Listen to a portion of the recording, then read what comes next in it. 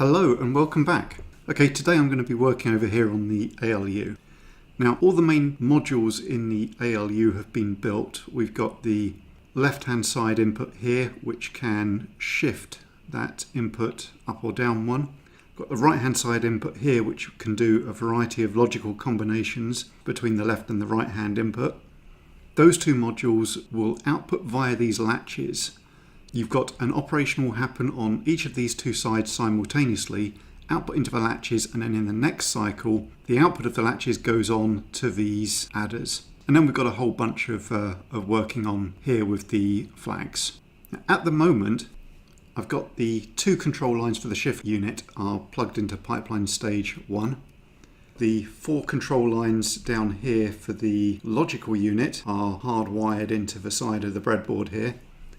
The 2 control lines here for carry select are also just hardwired into the ground lines on the breadboard. And the clock unit is hooked in actually via one of the clock lines that already existed in the pipeline. But that just happens every cycle. And what I'd like to do now is finish off the way that these control lines are hooked up. We've got an issue at the moment where we added instructions for add and shift into the control unit, but they've got flaws. They don't really cohabit properly because we didn't have these extra controls for the right hand input. Because the add always happens, we need to, for a shift operation, we want the right hand input to be 0, which involves setting these lines down to 0. But for an add operation, we actually want the results to be passed through without any change, and then we'd get a different result out. In this instance, we've got register A being passed in, so that's coming on both sides. So we're seeing A added to itself here, which is kind of the equivalent of a shift left. So my goal today will be to get all of this working so that the existing functionality of shift and add will work properly under the new system. I've got a total of 8 control lines here, and I've got 2 spare control lines, and then these 2 control lines that were controlling the shift unit. So I've actually got 4 spare control lines for the ALU here. And that was why I designed this circuit. Now this is the diode matrix, and I've got 2 videos on the principles and workings of this. So I'm not going to go into too much detail here, but this is basically 4 input control lines for address. We'll look up into the diode matrix, and then I can effectively bring individual output bits high or low by plugging in a diode in here. And then when I put together a final version of this for the ALU on PCB, I'll just have a hardwired version. So I'm going to be putting the initial module version of this into the breadboard. Clock line. We don't want to use the clock line as is. We want a very specific exception difference to that. We want to use the clock line when we're doing an arithmetic operation. Because if we use the clock line all the time, then when we're not doing an ALU operation, there's still going to be data hanging around here. I think in most cases it will just default back to putting register A into both sides. Something will happen, the flags will be affected and not preserved. So what I want is 4 control lines, which will represent a number between 0 and 15, which are going to select an operation, and the 0 operation is going to be I'm not doing anything with the ALU at the moment, and in that circumstance we don't want the clock line to trigger these latches. So I've spent a while looking at a circuit that would allow me to combine these 4 inputs with the clock to get an appropriate signal for the latches. And I looked at a few different operations that would involve me adding 2 chips to this board, but I did have this sense that I could get it down to 1. And after staring at it for a while, I have worked out a way of doing that, but using some of the spare functionality we're not currently using. Now, if you remember here, we have a 74LS21. We use it for the overflow flag and we use it for the 0 flag. But we use that as 2 input AND gates, even though it's a pair of 4 input AND gates. So I brought the unused inputs on the 4 input AND gates high with these lines here. And so if I swap this for a 74LS08, which is 4 2-input AND gates, then I can free up 2 AND gates. Now, very conveniently, the outputs of 2 of these AND gates and 2 pairs of inputs are in exactly the same location. So I can just swap that in and it will function as before. But I can now take these lines out and I've got 2 spare 2-input AND gates. And I'm going to need one of those.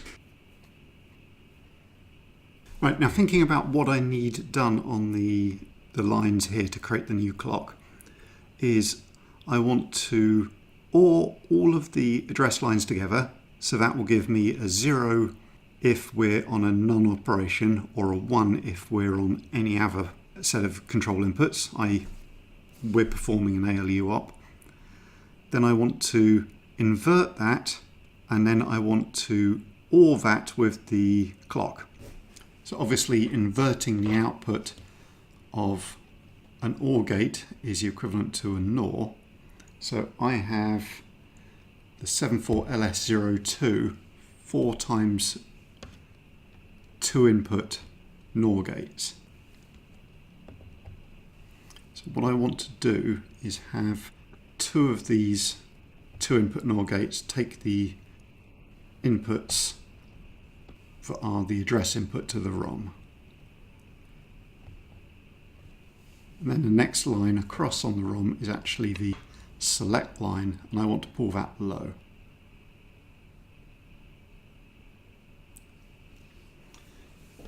Okay, rather than a 4-input NOR gate, we've got 2 2-input NOR gates, so now we've got some outputs that we need to combine. The way to combine the output from 2 NOR gates to give the equivalent of a larger NOR gate is to AND them together.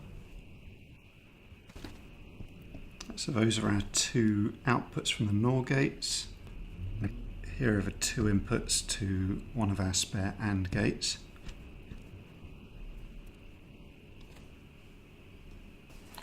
Oh, I've got a little test circuit here I'd like to use. This has one of those 193 counter chips on it, so it's going to cycle through inputs. If we use that as the input, we can see all the outputs happening there. Now, in theory, this output is the 4-way NOR of these input selections. Yes, that's right.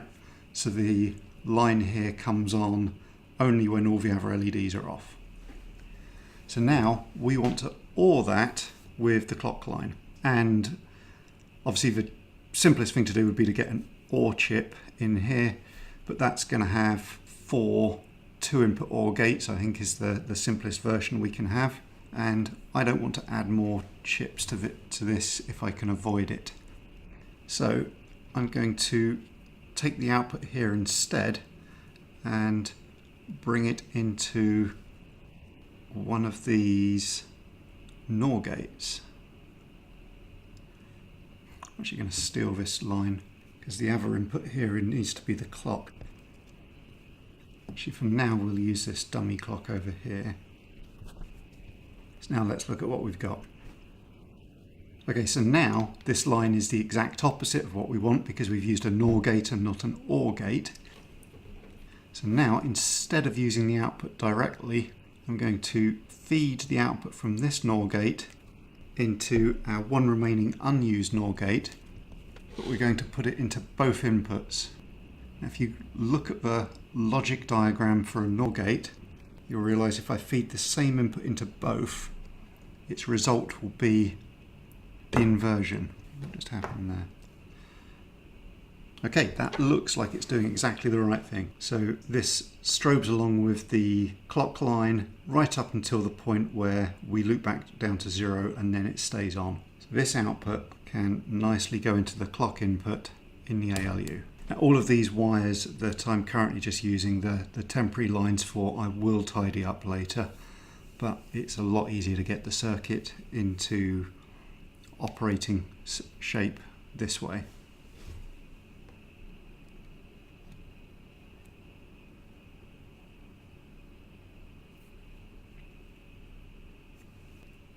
Okay, so we should be able to drive this direct from our main clock.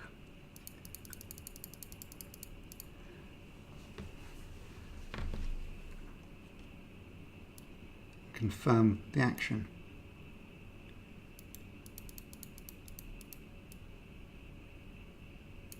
So it comes low when the main clock line drops. We're watching this LED on the far left. Apart from for 0 when it doesn't go low. That's cool. Okay, I think we can get rid of this board now.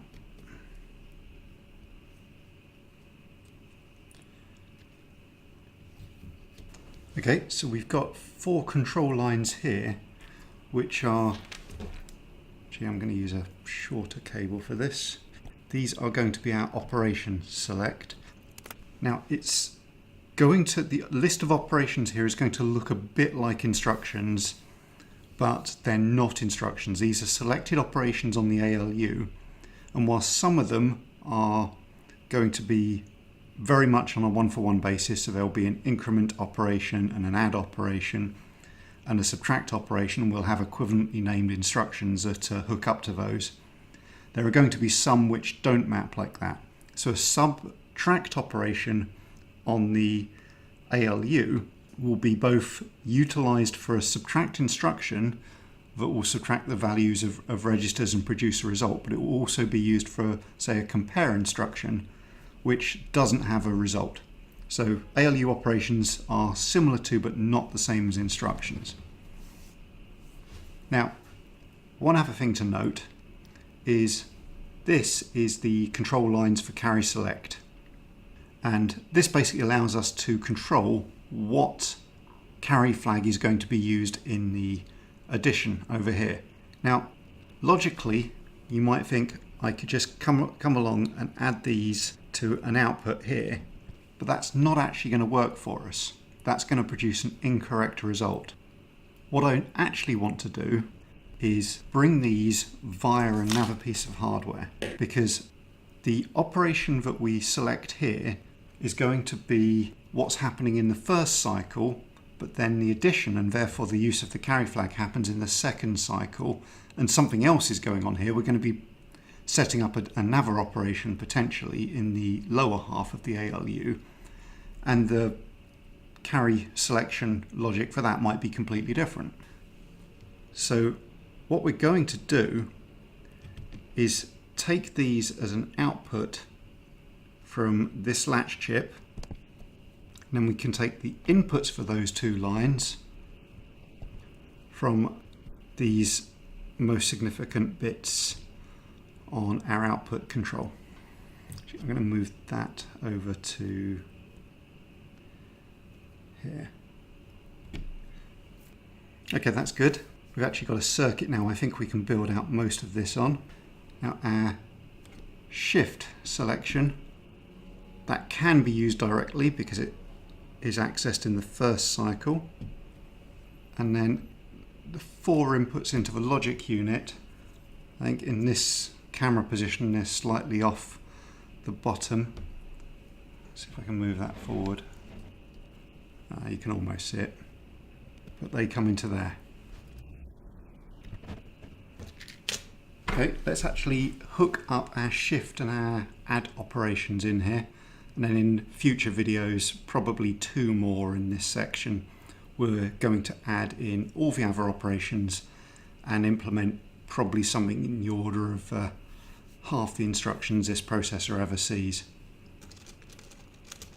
It does occur to me we've got 4 unused lines on this latch chip, so what I'll probably do in the final PCB is pass the current operation in here, and then we can have a display for what the previous operation was, which is what the second half of the chip is going to be working on. So that might make it slightly easier to understand what's going on, and we're not actually adding additional chips for that. Okay, so operation 0 is null. We want nothing to happen, and that also coincides with all of the control lines being 0. Operation 1, I'm going to make shift left. So carry select is going to be the same as before,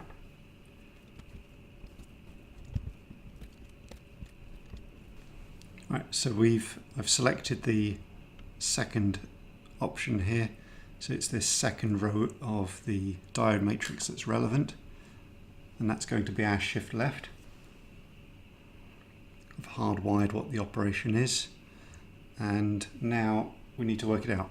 So right hand side for a shift we want to be 0, and that's what we've got at the moment because we've got no bit set. Carry select we also want to be a 0. So all we actually want to do is on the left hand side input select shift left, which means LHS we want to set to 1. So now we've clocked it, we're seeing the left hand side input is a 1 here. Okay, well that's cool. Next option we want to be a shift right, so let's select that one. So the selection for shift right, once again RHS input and carry select input is the same, but for a shift right in the third row we want to set it to 2. So there's our shift right. Outstanding. And finally for today, let's select mode 3, which is going to be add. Now a standard add, we don't want to select anything for the carry. The 0th input is no input carry, it's a 0. It's actually this line here. But we do want the right hand input to come through unmolested. So looking back at our control table, we need the upper 2 bits on the RHS select to be set. So now the output from the right hand side is also register A, and so if we clock it now we should see the equivalent to this shifted left by 1, so these LEDs should jump left by 2. Excellent. Now let's just get those working in the control unit, and that's a good chunk of work. So firstly we need to take these over and put them into pipeline stage 1A, and that's into bits 4 through 7.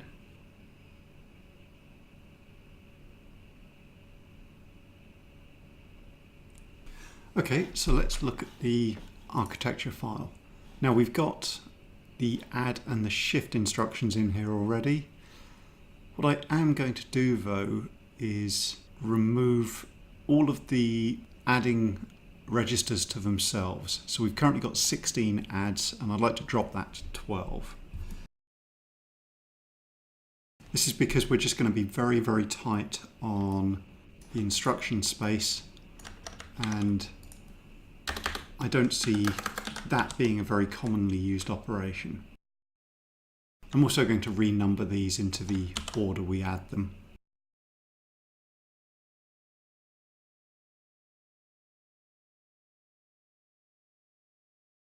Right, we need to write some test code.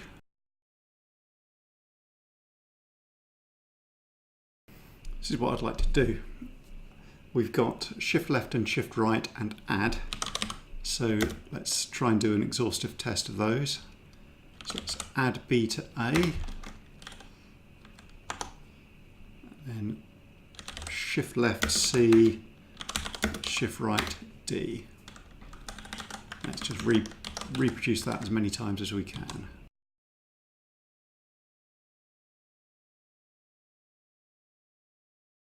That'll do. Right, so now I need to update the control. This is going to give us errors now, I think. Yep, because those add instructions we added have gone away. Now, we added these control lines for the left-hand side operation, and we're not doing it like that anymore. So firstly, we need to take out the operations that we no longer support. I'm going to stick them in the same order that we've got them in the architecture file. Now, we previously, when we first did this, we were thinking that maybe all of these control lines would come from the control unit. So we've got LHS input selection lines, and we created a stub one which we faked out with the selecting D, just as a side effect for how our shifts were working in the absence of the RHS unit. Instead, we want ALU op NOP, ALU op shift left is going to be 1, right will be 2, add we put in as 3.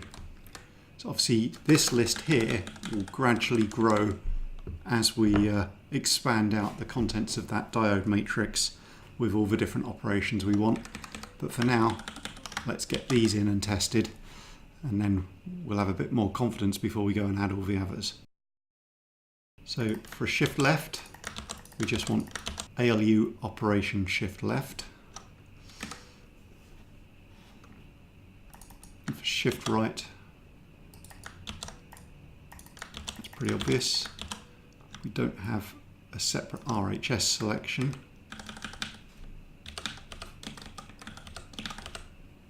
Now we're only selecting a line for the left-hand side, and that's when we implemented the shift left and shift right in the diode matrix. We set the lines out for the right-hand side input to be zeroed out, so it's actually the right-hand side input is irrelevant. But we're always going to see the A register at the moment, so I think it would be nice if we, for single operation ones where only left-hand side is relevant, if we output the operand into both inputs, because I think it would just be slightly less confusing to look at.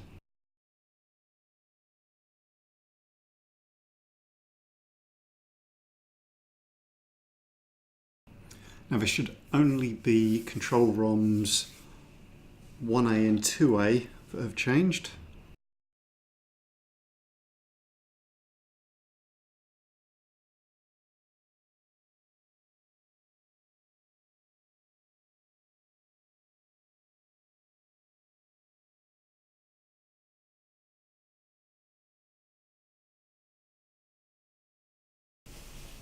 So initially we had 4 constant loads to initialize these 4 registers. It should be A,42 hex, B,7, C,1 and D,0. Right, so we haven't broken the basics. So then this should be our add A, B. So that ALU operation is dispatched in pipeline stage 1, but then we have to clock it again, and up here it will complete. And then the shift left C will be dispatching here.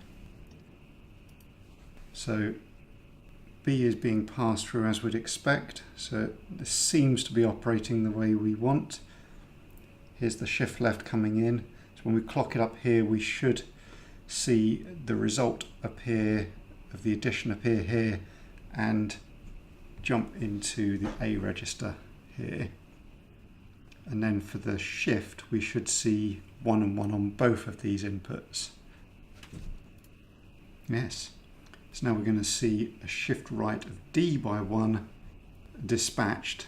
The shift left of C by 1 should complete, so this LED should move 1 to the left. Now the next cycle of a shift right of D by 1 which is currently happening, will complete, but the result is also going to be 0, so we won't see anything. And then we'll be back to adding B to A.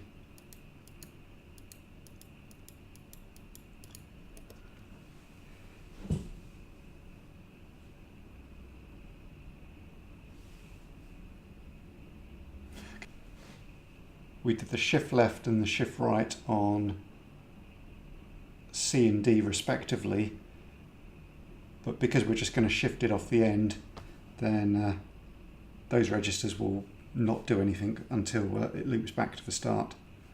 But A is permanently having 7 added to it. Well, that works. That's great.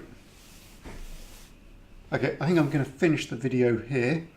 The next, I think, 2 videos will be adding the rest of the ALU operations in. So we've got quite a sizable selection to go in there. We've got the increments, decrements for the 8-bit registers.